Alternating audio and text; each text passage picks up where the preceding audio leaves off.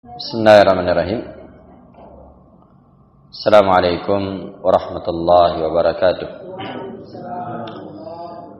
Alhamdulillahirabbil alamin wal aqibatu lil muttaqin wala udwana illa 'alal zalimin. Asyhadu an la ilaha illallah wahdahu la syarikalah wa asyhadu anna Muhammadan 'abduhu wa rasuluh sallallahu alaihi wa ala alihi wa sallam tasliman katsira. Amma ba'd. Kaum muslimin dan muslimat jamaah zuhur yang dimuliakan oleh Allah Subhanahu wa taala. Alhamdulillah, di siang hari ini kembali kita lanjutkan kajian kita dengan membahas kitab Al-Fiqhul Muyassar fi Daw'il Kitabi was Sunnah. Dan kita masih dalam pembahasan terkait dengan Kitabul Hajj. Kita akan memasuki pembahasan yang keempat, yaitu Syurutul Hajj, syarat-syarat haji. Kata para ulama di dalam kitab ini, yustaratu liwujubil haji khamsata syurut. Disyaratkan akan wajibnya haji itu ada 5 syarat. Jadi ada 5 yang harus dipenuhi bagi orang yang menunaikan ibadah haji. Yang pertama adalah al-Islam, keislaman. Fala yajibul hajju 'alal kafiri wa la yasihhu minhu. Karena itu tidak wajib haji itu bagi orang kafir dan tidak sah darinya. Jadi misalnya kalau toh dia atau ada orang kafir yang menunaikan ibadah haji, maka tidak sah hajinya. Kenapa? Li'annal Islam syaratun li sihhatil ibadah. Karena keislaman itu adalah syarat sahnya ibadah. Ya, jadi para ulama menyebutkan bahwasanya syarat sahnya atau syarat diterimanya ibadah itu ada 2. Yang pertama adalah keikhlasan, dan yang kedua adalah mencontoh Nabi sallallahu alaihi wasallam. Ini bagi seorang muslim. Tapi kalau dia bukan seorang muslim, ya ditambah 1, yaitu harus masuk ke dalam Islam. Allah Subhanahu wa taala berfirman, "Wa ma mana'ahum an tuqbala minhum nafaqatuhum illa annahum kafaru billahi wa birasuli." Tidak ada yang menghalangi, tidak ada yang mencegah nafkah-nafkah mereka untuk diterima kecuali karena mereka kufur kepada Allah dan Rasulnya. Jadi kekufuran itu adalah sebab sehingga amalan itu tidak akan diterima di sisi Allah Subhanahu wa taala. Kemudian syarat yang kedua adalah al-aql, berakal. Fala yajibul hajju 'alal majnun wa la yasihhu minhu fi hali jununihi. Maka tidak wajib haji itu bagi orang yang gila, dan tidak sah haji dari orang yang gila saat dia gila. Jadi kalau misalnya ada yang menunaikan ibadah haji tapi tidak waras, maka hajinya tidak sah. Li'annal aqla syaratun littaklif. Karena akal itu adalah syarat mukallaf. Syarat seorang dibebani syariat. Walaupun sebenarnya syariat itu bukan beban. Tapi seorang itu tidak diterima darinya ibadah kecuali dengan dia berakal. Sama dengan salat, sama dengan puasa dan selainnya dari ibadah, itu harus berakal. Wal majnunu laisa min ahli taklif. Karena itu orang gila bukan orang yang mukallaf. Wa marfu'un anhu al-qalamu hatta yafiq. Dan pena terangkat darinya sampai dia waras.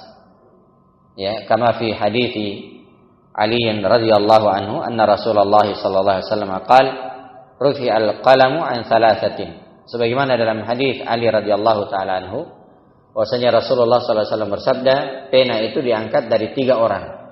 Artinya 3 orang ini tidak dicatat amalannya.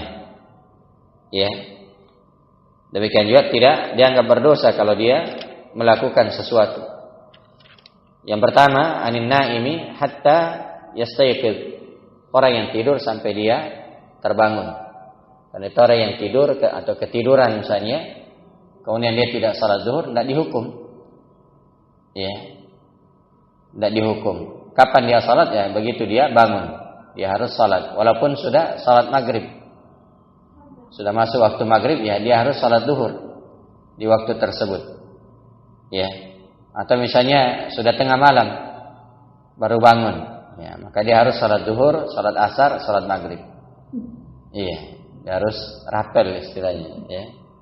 Tidak boleh dia tinggalkan, dan itu tidak dihukum, ya, tidak berdosa. Yang kedua adalah wanis sabi hatta yamluk, anak kecil sampai dia balik. Anak kecil, ya, itu tidak dihukum baginya kalau dia melakukan sesuatu. Ya. Dan yang ketiga, wa anil majnun hatta yafiq, orang gila sampai dia waras. Ini syarat yang kedua. Kemudian syarat yang ketiga, al-bulugh, yaitu balik. Fala yajibul hajju 'ala as-sabih, maka tidak wajib, ya, haji itu bagi anak kecil. Ya, walaupun nanti akan disebutkan ada, ya, pahalanya juga kalau dia haji. Nah, li'annahu laysa min ahli taklif wa marfu'un anhu al-qalam hatta yablugha lil hadithi al-madhi.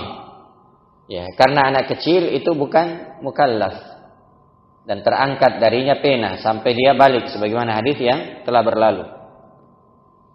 Ya, Nabi SAW bersabda, rufi al-qalamu an thalathatin. Ya, pena itu diangkat dari 3 orang. Lakin law hajja fa hajjuhu sahih. Tapi kalau misalnya ada anak kecil berhaji, maka hajinya sah.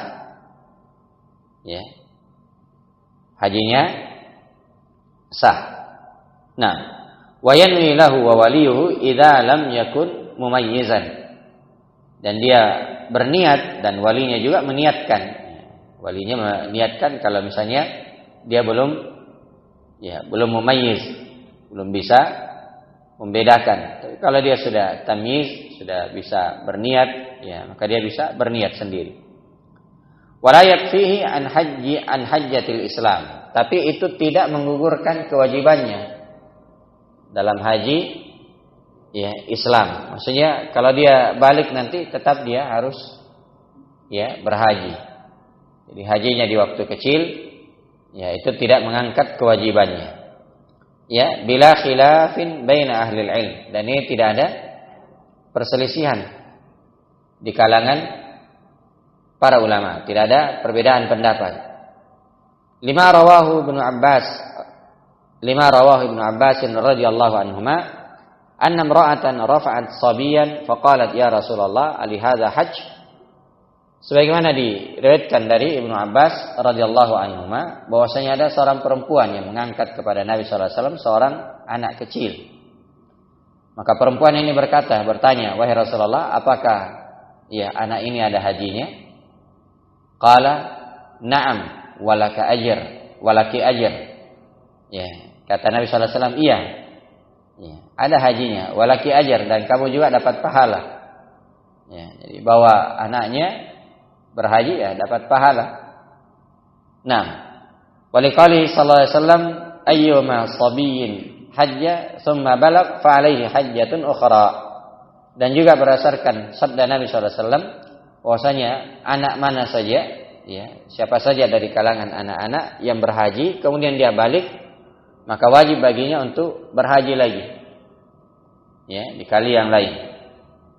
Nah, wa ayyuma 'abdin hajja thumma utiq, ya, fa alaihi hajjatun ukhra. Ya. Demikian juga budak mana saja yang haji kemudian dia dibebaskan, dimerdekakan, maka wajib juga untuk berhaji di kali yang lain. Nah, karena itu syarat yang keempat dari syarat haji adalah al-hurriyah, merdeka. Fala yajibul hajju 'alal 'abd. Ya, tidak wajib haji bagi budak. Li'annahu mamlukun la yamliku syai'a, karena dia dimiliki dan tidak memiliki sesuatu. Lakin law hajja sahha hajjuhu in kana bi idni sayyidihi. Tapi kalau misalnya dia berhaji, maka hajinya sah kalau memang diizinkan oleh tuannya. Ya, wa qad ajma'a ahlul ilmi ala anna al-mamluka idza hajja fi hali riqqihi thumma u'tiqa fa alaihi hajjatul Islam. Dan sepakat para ulama bahwasanya budak mana saja apabila dia berhaji di saat dia masih budak, ya, dia masih dalam perbudakan, lalu dibebaskan, maka wajib baginya untuk berhaji, ya, di dalam Islam. Nah, idza wajada ila dzalika sabila, kalau dia memiliki jalan untuk hal tersebut. Wala yajizu anhu ma hajja fi hali riqqihi, dan tidak sah, ya, atau tidak cukup baginya haji saat dia masih dalam perbudakan. Nah, berdasarkan hadis yang sudah berlalu bahwasanya budak mana saja yang berhaji lalu dia bebas, maka wajib baginya untuk berhaji di waktu yang lain. Nah, kemudian syarat yang terakhir, yang kelima adalah al-istita'ah, yaitu adanya kemampuan. Liqouli ta'ala walillahi 'alan nasi hajjul baiti man istata'a ilaihi sabila. Ya, berdasarkan firman Allah Subhanahu wa taala, ya, kewajiban haji atas manusia kepada Allah bagi siapa yang memiliki kemampuan untuk melakukan perjalanan. Nah, maka fa ghairul mustati' maliyan bi an kana la yamliku zadan yakfihi wa yakfi man ya'uluhu aw kana la yamliku rahilatan tusiluhu ila Makkah wa tarudduhu aw badaniyan bi an kana shaykhan kabiran أو مريضا ولا يتمكن من الركوب وتحمل مشقة السفر أو كان الطريق إلى الحج غير آمن كان يكون به قطاع الطريق أو وباء أو غير ذلك مما يخاف الحاج معه على نفسه وماله فإنه لا يجب عليه الحج حتى يستطيع. Ya, jadi misalnya ada orang yang tidak mampu, ya, dari sisi hartanya, ya, dia tidak punya, ya, bekal yang mencukupi dirinya atau mencukupi dan juga mencukupi orang yang ada di bawah tanggungannya. Ya, jadi kalau, ya, mau haji, ya, itu punya bekal untuk dirinya dan harus juga ada yang dia tinggalkan untuk keluarganya di belakang, yang sampai hanya untuk dirinya saja dalam perjalanan, tapi ya keluarganya di belakang minta-minta, ya, atau ya melarat. Maka harus ada yang mencukupinya untuk dirinya dan keluarganya. Atau misalnya dia tidak punya kendaraan yang menyampaikannya ke Mekah dan sekaligus mengembalikannya. Ini juga kalau saya hanya bisa melakukan perjalanan ke sana, sampai di sana terlantar, ya, dia bebani orang mau dikasih pulang. Nah, ini juga tidak ada kewajiban. Ya, atau misalnya tidak mampu dari sisi badan, misalnya dia sudah tua atau sakit, ya, atau tidak mampu berkendara, ya, atau tidak mampu menerima beban safar, ya, karena ya namanya kalau kita misalnya dari Indonesia ya harus 11 jam, ya, melakukan perjalanan, tidak bisa memikul beban safar, atau misalnya jalannya au kanat tariqu ilal haji ghaira amin, atau ya perjalanan untuk menunaikan ibadah haji tidak aman, ya, kana yakunu bihi qatta'ut tariq. Nah, misalnya ada pembegal di jalan, au wabah, atau misalnya tersebarnya wabah seperti beberapa tahun yang lalu misalnya, ya, dan itu pernah beberapa waktu juga, ya, terjadi wabah, tidak ada, ya, yang menunaikan ibadah haji. Atau selain dari itu, dari apa-apa yang dikhawatirkan oleh jamaah haji, baik itu untuk dirinya dan hartanya, maka fa innahu la yajibu alaihi al-hajju hatta yastati. Maka dalam kondisi seperti itu tidak ada kewajiban haji sampai dia memiliki kemampuan. Sebagaimana firman Allah, la yukallifullahu nafsan illa wus'aha. Allah tidak membebani satu jiwa di luar kemampuannya. Wal istita'atu minal wus'il ladzi dzakarahu Allah. Dan al-istita'ah, kemampuan adalah berasal dari al-wus', kelapangan, keluasan, kemampuan, sebagaimana yang disebutkan oleh Allah Subhanahu wa taala. Wa minal istita'ati fil haji fi hajjil mar'ah. Ini juga penting jamaah yang dimuliakan oleh Allah, diingatkan oleh para ulama di sini. Wa minal istita'ati fi hajjil mar'ah. Di antara kemampuan untuk menunaikan ibadah haji bagi perempuan adalah wujudul mahrami alladhi yurafiquha fi safaril hajj, yaitu adanya mahram yang menemaninya di dalam perjalanan haji. Li'annahu la yajuzu laha as-safar lil haji wala li ghairihi biduni mahram. Karena tidak boleh bagi perempuan menunaikan atau melakukan perjalanan, baik itu perjalanan haji atau selainnya, tanpa ada mahramnya.